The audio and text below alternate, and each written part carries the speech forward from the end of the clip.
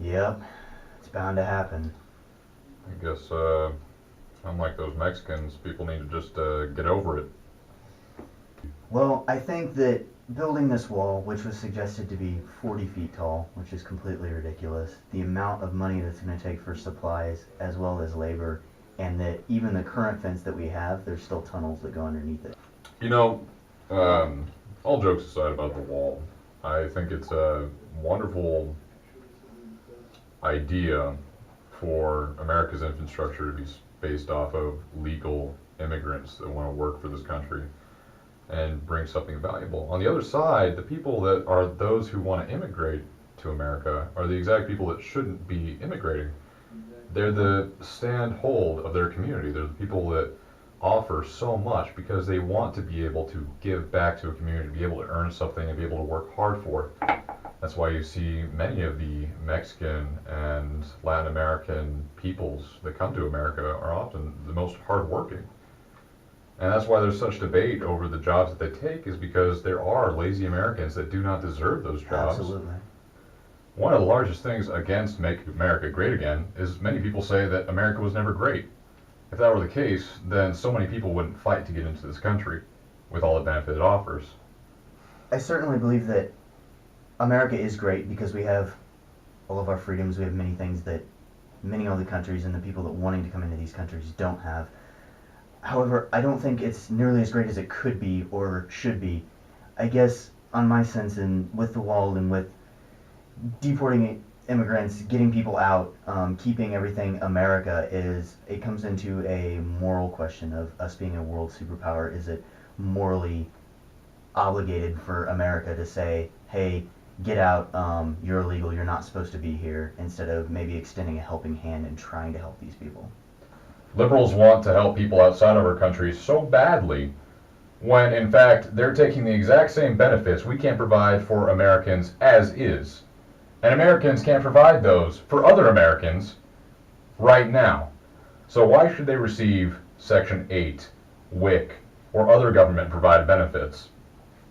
Well, we could take all of this money, this $15 billion, which is a huge number, a ludicrous number to spend on something that isn't going to help people, but is more going to hurt people, is going to hurt America, because America is going to pay for this wall. Mexico is not going to pay for this wall. They're not going to buy privatized American land to spend their own money on, their hardworking money that people that care about Mexico are working in Mexico to achieve, in order to buy land in another country to keep their own people out.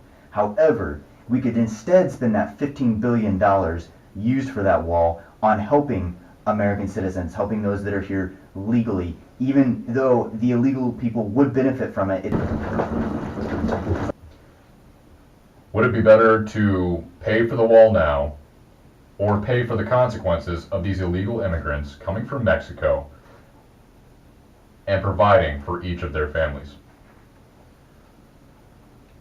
So instead of spending this $15 billion on a wall that isn't 100% guaranteed to keep immigrants out, instead, why aren't they just going? They're going to get into boats. They're going to go over to Florida. They're going to cross the Gulf.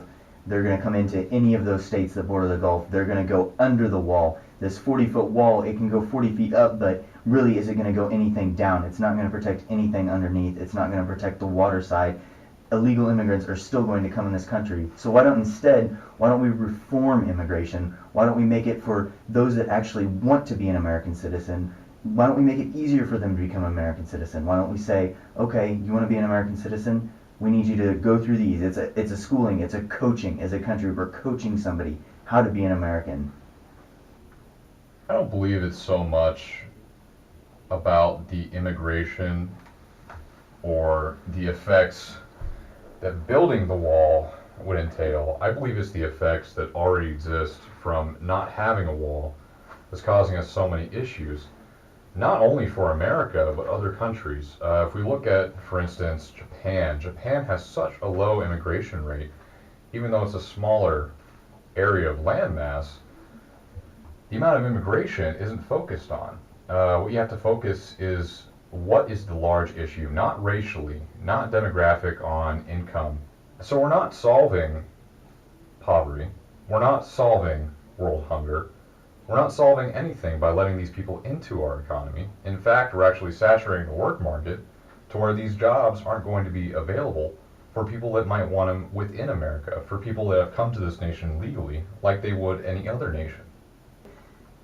We look at these other countries and they don't have a physical wall, a wall that, even though it's quoted at being $10 billion, is actually going to cost them $25 billion to actually make, and Mexico's not going to pay for that wall. There's no country that's going to pay for another country's private land in order to build a wall to keep their own people out.